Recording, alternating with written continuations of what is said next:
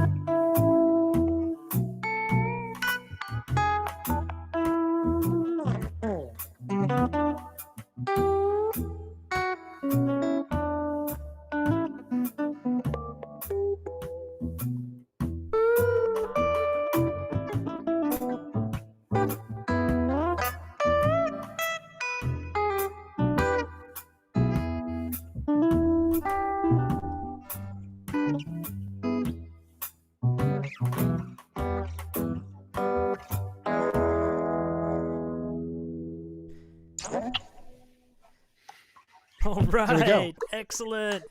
I love that sonic, just all over. It fills my ears. It's amazing. Henry, thank you for joining us today.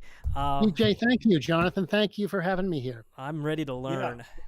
Yeah, thank you so much. So I'm going to start with kind of the obvious question. So I'm looking at your feed right now, and I see you, and I see your guitar, and that's not at all what I'm hearing.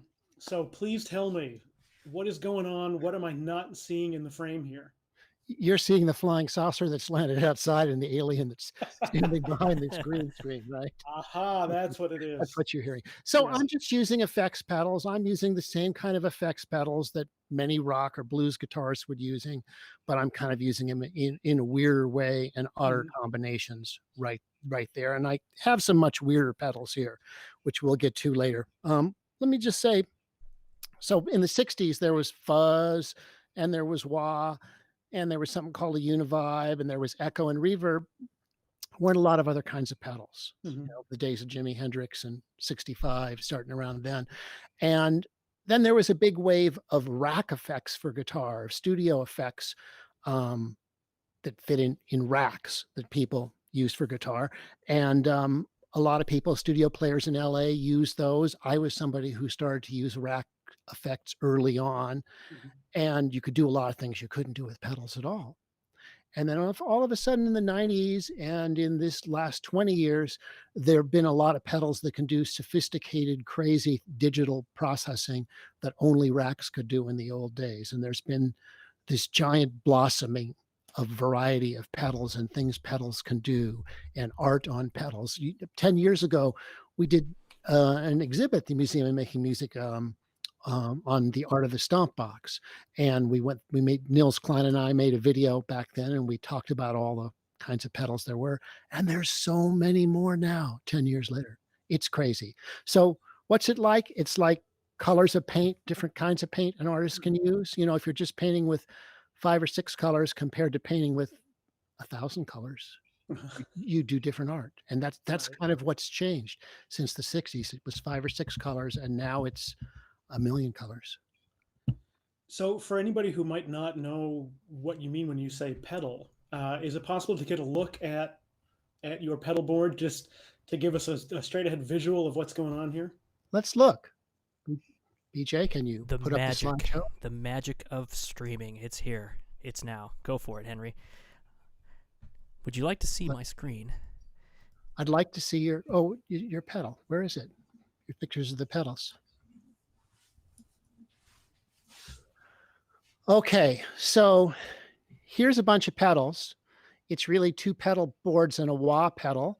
And for people who already know, there's a tuner, there's a compressor, there's a wah, there's a bunch of different kinds of distortion, and then there's a lot of time domain effects and glitchy pedals and granular delays and normal delays. And then at the end, there's a emulation of a famous tape echo from the 60s, the Echo Plex, a digital one. And then there's some reverb. So that's all that stuff in order. It's a lot of stuff, and all the different combinations. You can get lots of different things going on. So each one of those little boxes is an effects pedal. So if you could just explain kind of the mechanism of it. So you've got a cable that goes in one side. Input Comes out the other side. Output. Right. And you put them together in a long chain of effects, and you turn different ones on and off, sometimes one at a time, sometimes several at once, like in that little version of Spoonful there in the beginning. First, I was just playing through a compressor and a wah, and then I added a distortion pedal, and then I added some crazy harmonizer effects and delay effects, and then I walked it back to just guitar and compressor at the end. Okay. Now, since I really love the metaphor of painting, so I kind of want to explore that a little bit. So let's say you've got your paint, that's your guitar sound, and let's say you want to make your sound brighter. Actually, you know, in a way, it's more like the guitar sound's the image in your head, or it's the landscape in front of you that you're painting, and then all these other things are like the paint. Okay, I like that. I think it's a different, you know, I don't think the guitar is so much involved in being the paint. I think it's the other things that are the paint. Okay. So let's say you want to change. To me, I'm imagining that volume and brightness equate somehow. There's a volume pedal here I can control my volume with. I am playing without an amp, so I'm just playing this guitar direct, and there's no tone controls. I have no tone controls coming out of the guitar. If you're hearing the guitar straight, it's just the guitar's tone. So I'm not, unless I use the wah pedal, and then that's a kind of tone control. So volume and tone, yes, those are things that lots of different kinds of pedals can affect. Are there other things that you can do with the level of your sound in terms of boosting it or manipulating the volume somehow? I have a volume pedal here, so I can get louder and softer. I'm picking the same, but I'm using the volume pedal to control the sound. And then what would happen if you just, like, is there a pedal that lets you go even past that? I do not have a so-called boost pedal, which most people use either to get louder for a solo or to overdrive the input of an amp to get more amp distortion. So I don't have that. I'm a guy who uses really clean amps or plays directly into the board in the recording studio. So I'm not using a lot of amp distortion. So boost pedal, not so useful to me. And the volume pedal allows me to get louder and softer. Okay. And then I think overdrive gets us into maybe what most people would think of when they think of an affected guitar.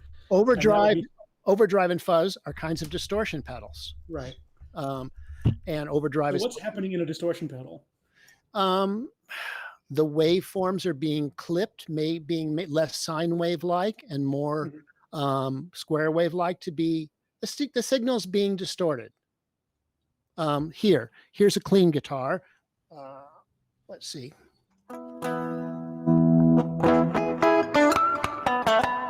Now I'll add a light amount of distortion that's like an amplifier.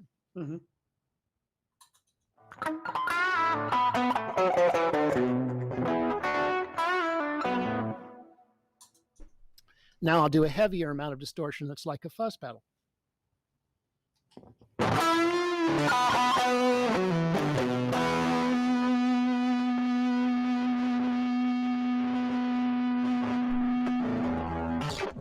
So just with that one pedal, you've gone from clean to heavy metal.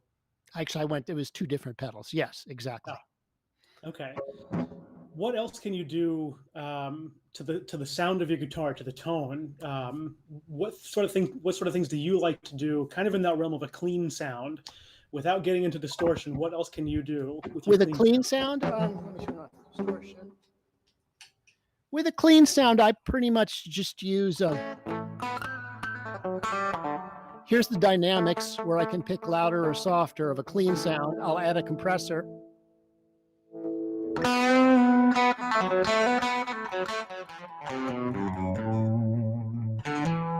So it's sustaining a lot longer now with a compressor. If I turn off the compressor, the sound goes away.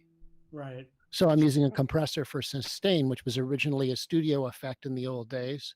I believe the first guitarist in the mid-'60s to use a compressor was Harvey Mandel, and he used a studio compressor on top of his amp. Most people don't know that. And then I was the first guitarist to use a compressor in an effects loop, later followed by Zappa and other people doing that sort of thing. Now, one of my favorite pedals on my pedal board is a whammy pedal. Because, you know, as a tuba player, I'm limited to more or less one pitch at a time unless I'm doing some kind of multiphonics. But I really love that I can change my pitch or add, you know, I can harmonize with myself. Do you use anything like that in your setup?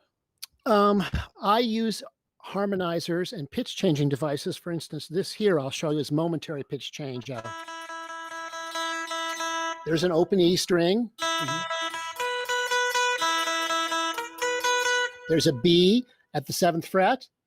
And if I want to be lazy and not use my hands, I can use this pedal, watch. Or if I want it to be an octave, say. And if I combine that with fuzz, distortion.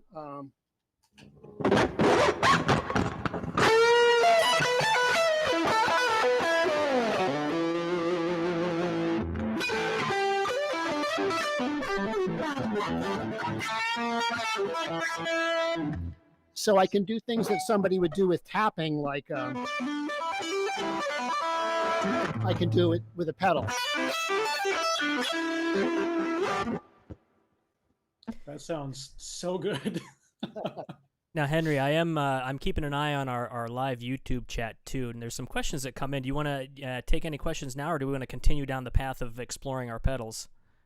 Well, we'll come back. We're going to hear a couple of different fuzzes in a second, but why don't you throw out a few questions? Okay, right I see that Dylan says, cool Q tuner pickups, and then he says, can you talk about them and your opinion on what you look for in pickups? It's a little derailed from an actual effects pedal, but I know a pickup is a core component of a guitar to get your input to the effect pedal. So that was Colin was his name? Dylan. Dylan, very good, very observant. It's an obscure Dutch guitar pickup that has a very high fidelity sound, that has very different construction from other pickups, and I really like them. They really sound great for me. There you go. That's a good answer. If it sounds good, can't be wrong, right? Right. All right, and then we had another question regarding one of our viewers says, has a MoMM Telecaster. As a drummer, I'm not as familiar with what that is. It has it has an in-phase and an out-of-phase switch. Does that change the wave significantly for like a pedal chain? What an out-of-phase switch does, if a guitar has two pickups like this one, or the questioner's Telecaster, it puts the two pickups out of phase. So when both pickups are on, they fight with each other and some frequencies cancel out and the sound gets thinner and a little quieter, and it changes to a different timbre. So naturally it affects everything else downstream, just the way a different guitar affects anything else. So a phase switch just does that. Very cool. And then two more questions just popped up. I want to get to those too. Steve asks, where do you put the compressor in your signal chain? I put the compressor right after the tuner at the very top. My follow-up question now is, does it matter where it is in the signal chain? Does it make a difference? It sounds completely different wherever you put it. You could put it before or after fuzzes and overdrives. You could do before.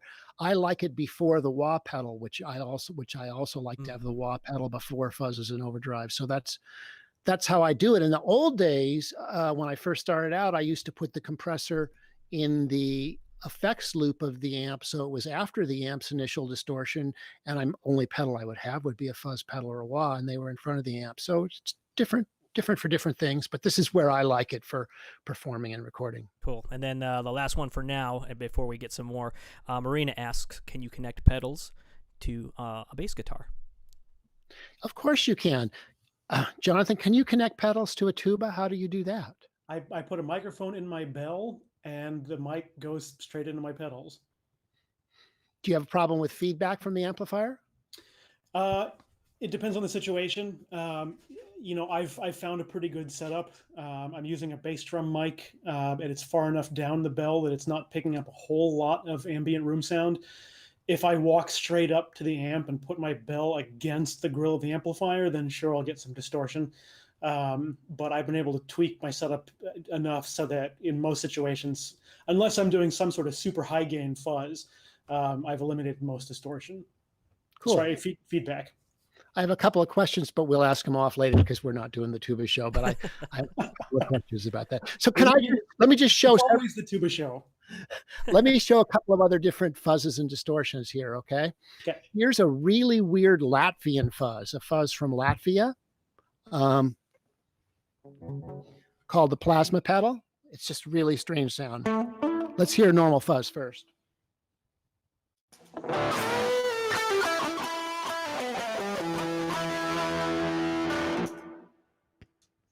Here's the plasma pedal.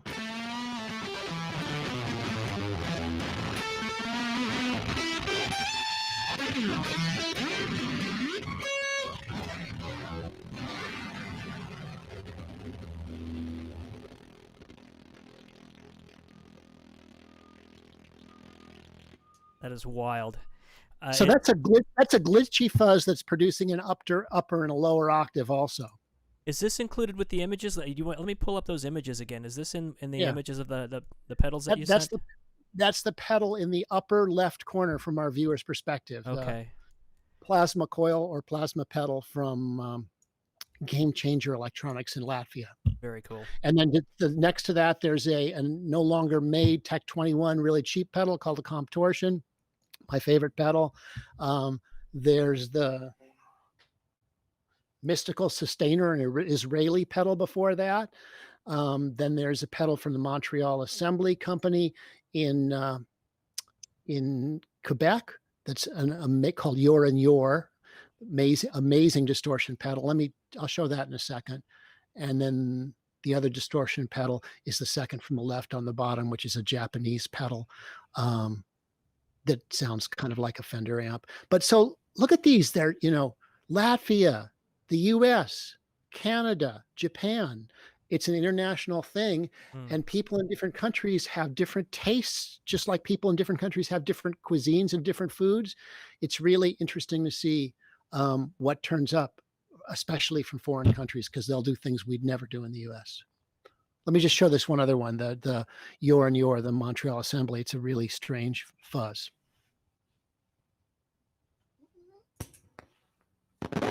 It's what's called a gated fuzz. If I don't play, there's no noise, but if I play,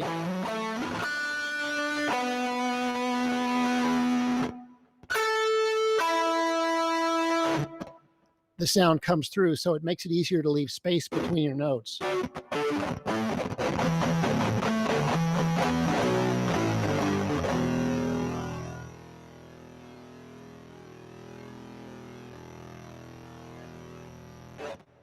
So all these are sounds without an amp. These are just the pedals direct into the feed for this cast right now. Well, that's really cool. And that kind of leads me into where I kind of wanted to go next. First you talking about kind of things that we would never think to do, or pedals making sounds on their own. And I know, one of the things that we haven't really touched on yet is those time domain pedals that impact the way the guitar sounds over time.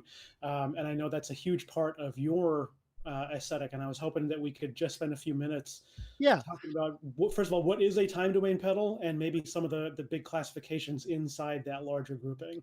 So a time domain pedal is a pedal that grabs chunks of sound and then plays them back later for you in a different way. An echo is a time domain pedal. Watch. Where's the mix? Hear the echo? You're not in a cavern all of a sudden?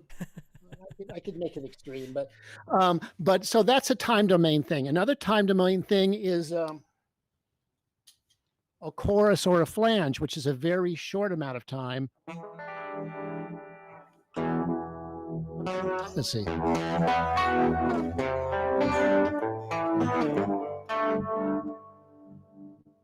That's a pedal, again, a foreign pedal that sounds like an old Univibe 60s pedal. So that's a time domain thing, is very short pieces of time.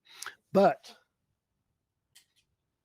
then we get into the craziness of modern glitch and so-called granular delay pedals. And this was something you couldn't do with pedals. I think I was the first person to do it with rack effects back in the 80s.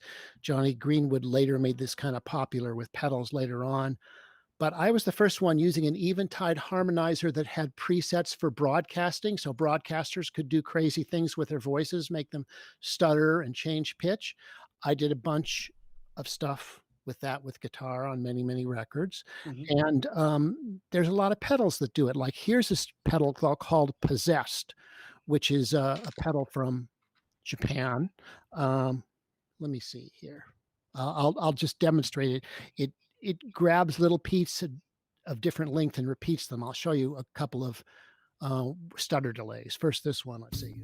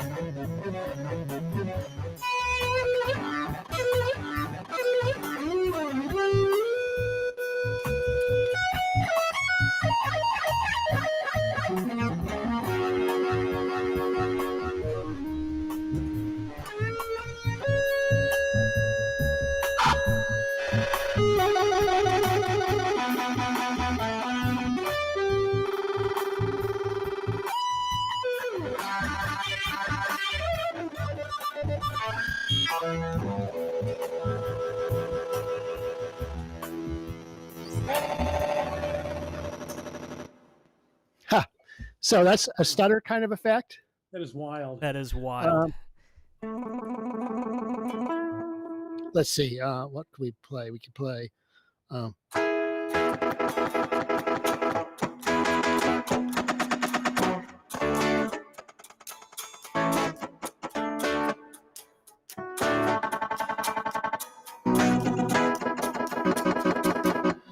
Now, I don't know what it's going to do. That's the good thing. I like it being unpredictable because it's like playing with the person who I don't know who's going to surprise me. Mm-hmm. And whether that's in playing solo guitar or whether it's playing in a band, it gets me to places I could never go. I'd never think of going, these kind of pedals. So these are working randomly. You're saying they're doing things. They're on their own. randomly repeating things or stuttering things or repeating little pieces or big pieces, sometimes shifting the pitches of it. And there's a lot of pedals. There's a pedal I helped develop with Red Panda Lab, an effects pedal company in the US, called the Tensor. Let me show you what that does here. Let's see. Again, I'm going to use a little. So first I'll play normal over this, and then I'll kick in the pedal, okay? Okay.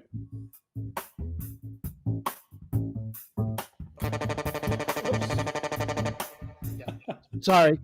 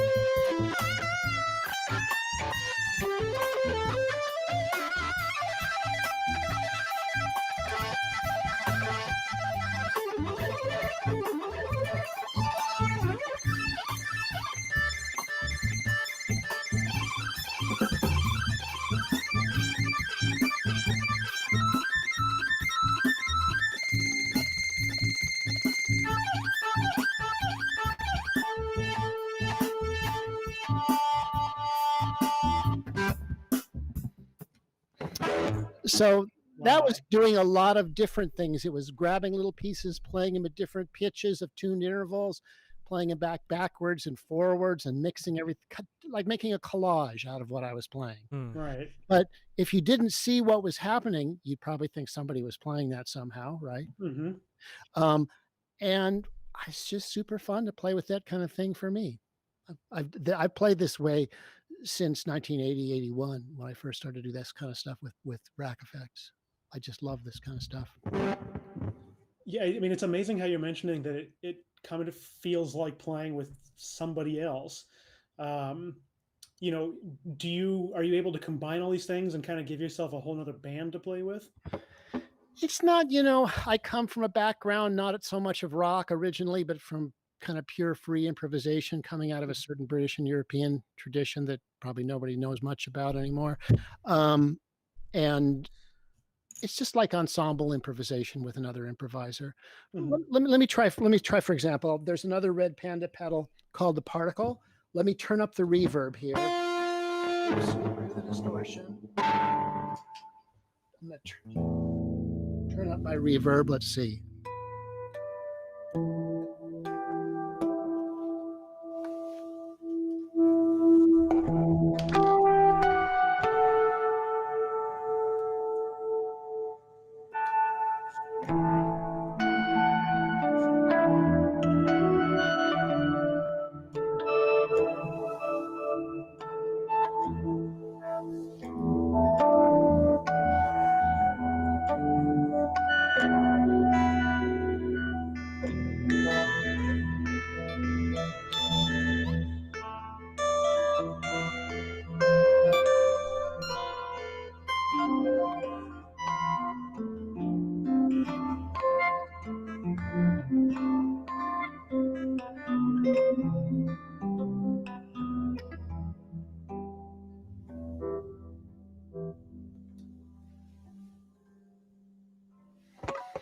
See, so I didn't really know exactly what that was going to do, and then Right. I just interacted with it and tried to make something that sounded like a music that I'd want to listen to.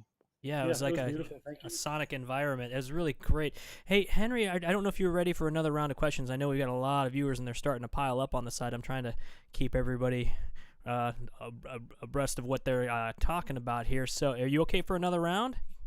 Sure, All go. right, let's see. I'm gonna have to scroll back a little bit. Pardon me, guys. This is my stalling voice. All right, so Christy came up with a couple good questions. How many buffers are you using, and where are they in the chain? There's no buffers. No buffers. I'm a drummer. I'm sorry, guys, all you guitarists out there. I am gonna admit I have no idea what a buffer would be in a guitar pedal chain. The only pedal that has a built-in buffer is the Contortion from Tech 21, and that's after the wah pedal. So, but otherwise, there's no buffers or anything. And then it looks like Arnie is hoping we're going to cover some wahs too. Do we have any wahs later on? We can do that. All right. All right. And what else? It says, okay, Michael, he's been on our Mom at Home sessions for quite a while. He asked a good question. In the 80s, was it challenging for you to reproduce the sounds of the rack effects in a live setting? I just use the racks live. I Yeah. just drag too much. I'm looking at it over here. You can't see it, but there's my old rack on the floor. And I used to drag a big rack around in an anvil case on airplanes when you could take a lot more, heavy overweight baggage for free. And it's so nice to have pedals now that do things that those racks did. There's still things one wishes for that there aren't pedals for yet, but some of my wishes pedal companies actually talk to me about, and they may do that. That's cool. All right, two more quick ones. Ken was wondering, interesting pedals from around the world. How and where do you find them? You find them online, and you find them with, my friends like Chris Muir, Nils Klein, David Torn. They'll tell me about a new pedal in an email, or I'll find something and tell them. Ed Pedersen, another friend of mine, my Nathan Moore, my pedal buddies, and Miko Biffle will just share this information. They probably haunt online boards and things more than I do looking for stuff. And I also go, who sponsors the Museum of Making Music? The NAMM organization, which has a couple of big trade shows every year, not having a summer one this year. But I'll go to the NAMM show in Anaheim, the Winter NAMM show, and I'll meet manufacturers there. That's where I first found this Latvian plasma pedal we heard later. A lot of things are the result of going to NAMM and meeting people. All right, one more pedal. Two more. Another question popped up while I was listening. Christy again asked, where was the background groove coming from? What was creating that? Here, excuse the noise. It's a Digitech Trio pedal. All right. Oops. Very cool. There. And it's been making little bass and drum patterns that I put in there earlier today, so I'd have something to play for to make me more relatable. All right, and last one for right now. Douglas asks, given all the wonderful pedals being invented these days, I'm assuming because there's a lot of boutique manufacturers out there, people can make them by just out of the garage anymore if you have the right electrical knowledge and the knowledge of the chain. But he asks, is there any place for rack effects? Not many people use rack effects anymore. If you went to see King Crimson, Robert Fripp has a bunch of rack effects. Probably somebody like Van Halen, if they were playing gigs, he has a lot of rack effects. And a lot of these bigger ticket people have the or ZZ Top, lots of rack effects, but it's all off stage and it's all operated by a guitar tech. So you don't see it that much. Some people step on stuff on the floor, but some people like Billy Gibbons or say Jeff Beck, they don't want you to see their pedals. So they have another guy off stage who turns it on and off. It's a secret formula, huh? Yeah. All right, so sorry, one more question from Douglas. He says, also, you used a Hex Fuzz back in the day. Is there anything that duplicates that sound? Well, there's a lot of Hex Fuzzes nowadays. That's where there's a different pickup on each string and then 6 different fuzzes, so to speak. And there's less what you would call intermodulation distortion between the fuzzes. And you get a more complex polyphonic sound. And I do still have my old Roland synth guitar I used a long time ago. And about a year ago, I got a new Hex Fuzz, which I still have not had time to really hook up right and figure it out. And I plan on doing that because with no gigs around lately, a lot of post-production work to do still, despite on a bunch of unfinished albums. There's going to be a bunch of time, I think, still in the month or 2 or 3 or 4 ahead where we're still in shelter in place. Gives us some time to explore those sonic possibilities, huh? Mm-hmm. Hey, here's the newest guitar that I just got. And what is that? That is a Yanuziello Milano. I got this from Music Emporium back in Massachusetts. I got this from the Music Emporium back in Massachusetts, where I got my first acoustic guitar when I was in college. It's interesting to have a relationship with a music store that goes on for 40 years, huh? But this is made by a really great luthier, Joe Yanuziello in Canada. And it's kind of a spectacular guitar. It has these huge double gold foil pickups for people who know what that means, made by Mojo Tone in England. It's originally was a guitar that was designed for a friend of mine and his, Kevin Bright, great Canadian guitarist, amazing slide guitarist. And his is named Stella, and his is black, and this one's red. And I sold 3 other guitars to get it. And, you know, the things go out, and only if for things to come in, things have to go out now. That's the mature guitarist way of dealing with things. Very cool. That is a beauty. I seem to be having an issue with my video feed, but I've got, I think, just 2 questions left. One is, I do want to get to that wah. I know it's first or potentially second thing in your chain. We haven't talked about that at all yet, and I was hoping you could just kind of give us what is a wah, why wah, and maybe hear some of it in action. Yep. Should we just go to that? Let's do it. Okay. And I'm going to bring up an image of that. This is the Sonus, the Wahoo? Sonus Wahoo Wah from the UK. So what is a wah? Does everybody remember seeing a trumpet player using their hand or a mute to make kind of a wah, wah, wah sound with the trumpet? Older people do. But that's what the wah pedal was originally designed to imitate. And with this treadle that you put your foot on, you move it. It's a filter, and it changes the frequencies and frequency peaks of the sound, and it does very much a similar effect. So if I turn it on, use my foot now.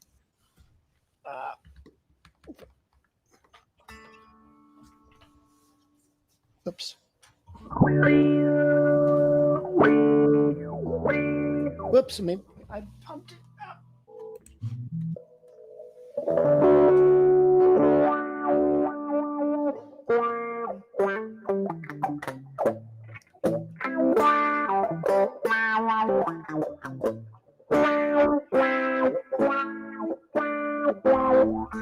So it's when the filter opens was controlled by my feet, but this is a wah that has many purposes. I can do envelope wah.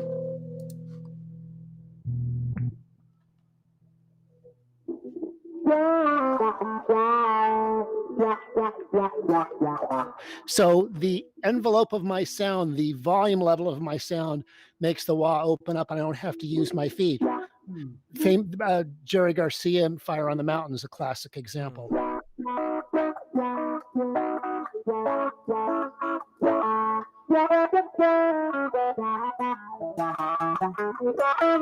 Okay. Beautiful. Yeah, to me that's such a classic sound. I'm definitely jealous of the trumpet players with the plunger, mute or putting their hand over, because I just cannot do it. So, but there's lots of other things wahs can do, filters can do. One is the sample and hold sound, which Frank Zappa used in a song called Ship Ahoy.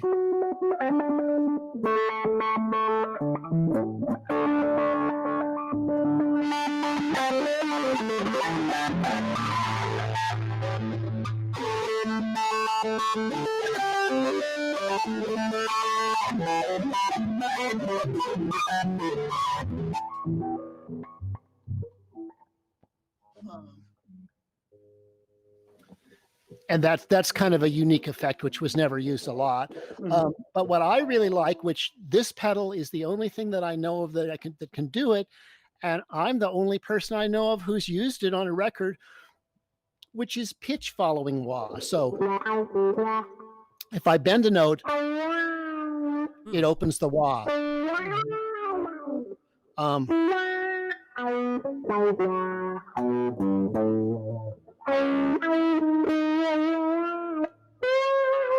So let me do that with distortion just over a background for a second for you. And it sounds like my feet are not doing anything, but it doesn't sound as mechanical as the envelope wah, which is beautiful, but made famous in Fire on the Mountain. It's a little more chaotic. I had no idea that pitch wah was a thing. That's cool.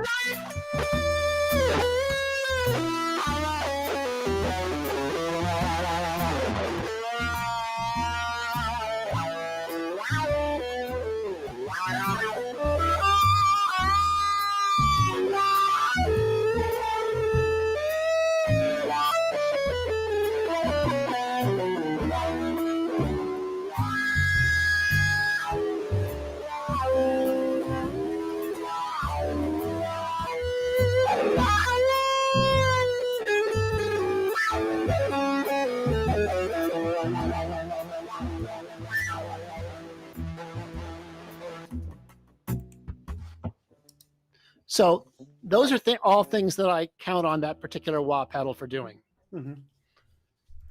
Yeah, that sounds fantastic. Let's talk about reverb for a second. Yeah, let's do. So again, something that happened in the studios in the 70s and 80s were originally studios had what was called a reverb chamber, a big room with a speaker and a microphone in it that nobody could go in. And they'd put sound in that and it would echo in that acoustical space. And then they use springs for reverb, where there's a transducer on each end of a spring and the spring resonates and vibrates to produce a type of reverb. This is what many old guitar amplifiers reverb do. And then in studios, they had plate reverbs where mechanical plates had transducers to put sound and get sound out. And that's how they made reverb. In the 70s and 80s, when digital processing technology came to the public, thanks to the space program, and became affordable, there were many digital delays that did echoes and then digital reverbs that created artificial acoustical spaces for sounds to happen in. And these have gotten more and more sophisticated. They're still getting more sophisticated. And now in a guitar pedal, we can have a wide range of reverb sounds. Let me demonstrate here.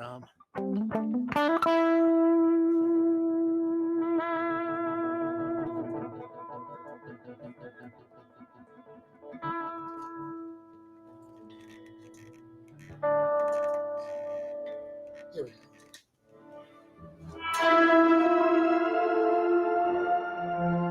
So this is just reverb with no original guitar signal.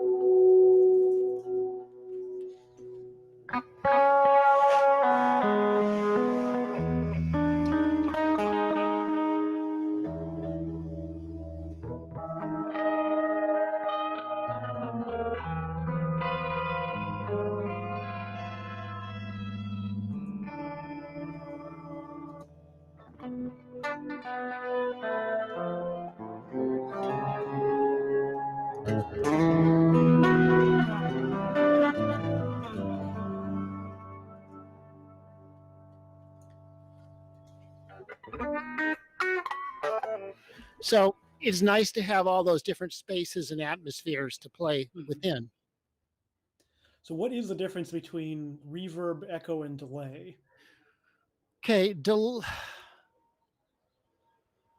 echo is a subset of delay where Mhm. something goes, hello, hello, hello, hello, right? Starts out loud. You hear the same thing back fainter and fainter each Right. time. That's echo. Delay could be, echo usually means there's more than one repeat. Delay could be one repeat where we could have a very short, just a few milliseconds, a few thousandths of a second to make a sound thicker, but not perceived of as a separate sound. Or we could have it a double, like a slapback, originally done with tape, like what you would hear on Elvis Presley's vocal on old Mhm. and Sun records and rockabilly stuff. A slapback echo where something repeats almost as loud as the original, just a little bit later. Hmm. And then reverb is a more diffuse and complex sound where a space resonates and has character. And echoes have gotten more and more complex. In the old days, when they're in 670s, 60s, there were many different kinds of technology for making echoes. And some people have nostalgia for those. So there's echo devices that emulate many old devices from the 60s and 70s and ones that try to make new sounds of just echoes. Yeah, and you referenced one of those towards the top. I think you're referring to the Cattle and Bread Belle Epoque tape delay. The Belle Epoque is an emulation of an Echoplex tape delay from the 60s. Mhm. And that's what I'm actually using for a little. Turn it up.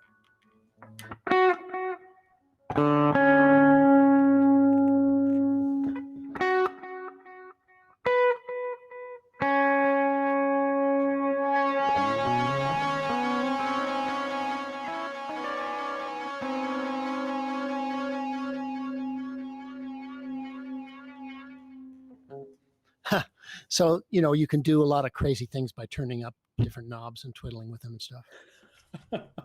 Absolutely.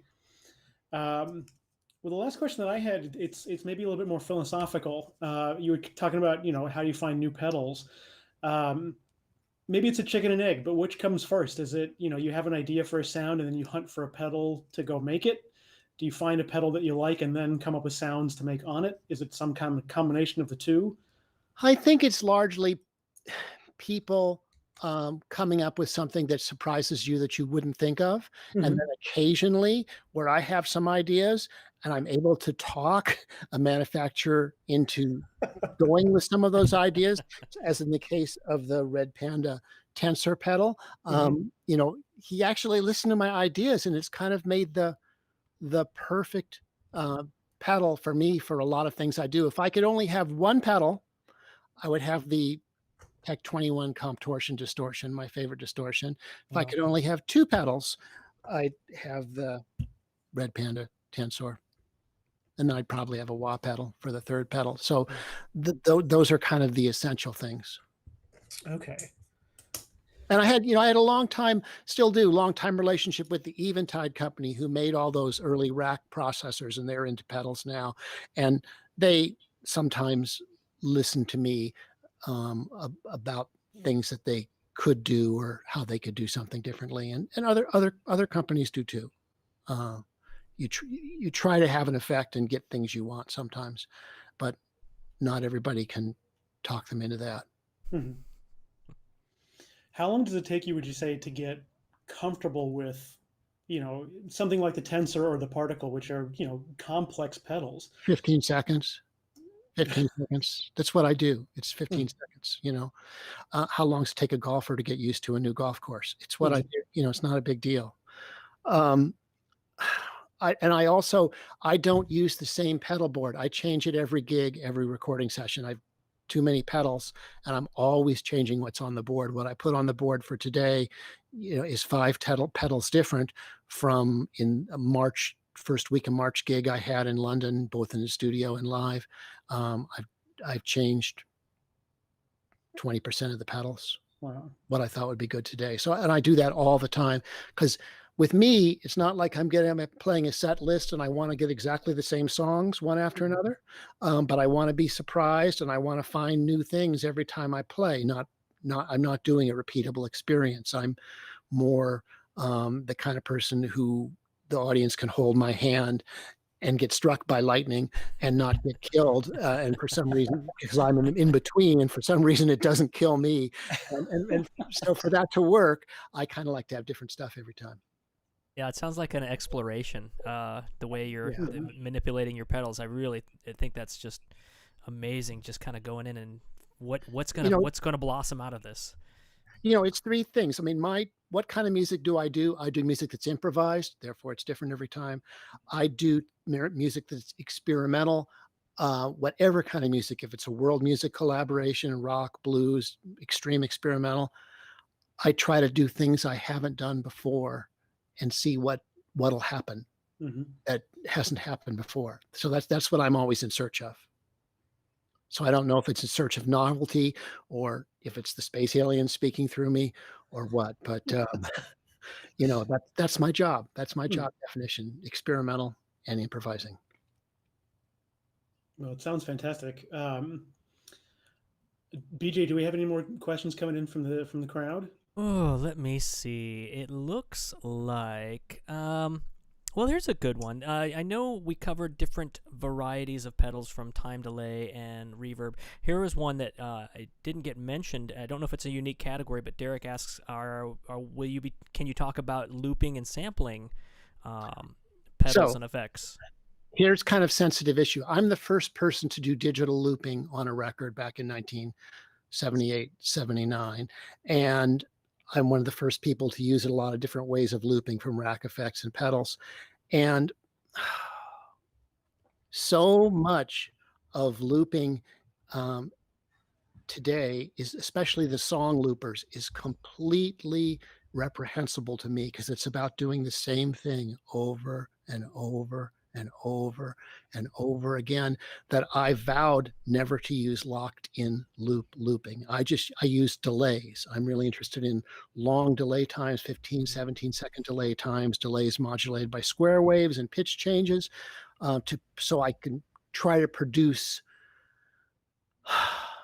things that sound like more than one person and are very complex and orchestral. But I don't do it with the mechanical looping, because I never want anybody to hear a repeating loop, because I've been so offended by the uncreative stuff that there's millions of great loopers who are doing great stuff, people at home, people on records, but there's so many bad offenders. And the even worse offender, which I've seen this again and again and again, is the singer-songwriter looper who pretends that they're using loops, but they're actually using pre-recorded backing tracks, and they're just pretending to loop. And that's dishonest. That's wrong. That doesn't produce real music in the moment and doesn't really connect with the audience. Yeah. Okay. That's me. That's for sure. So, yeah.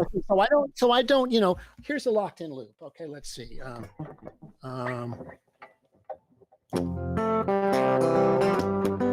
Wait, whoops.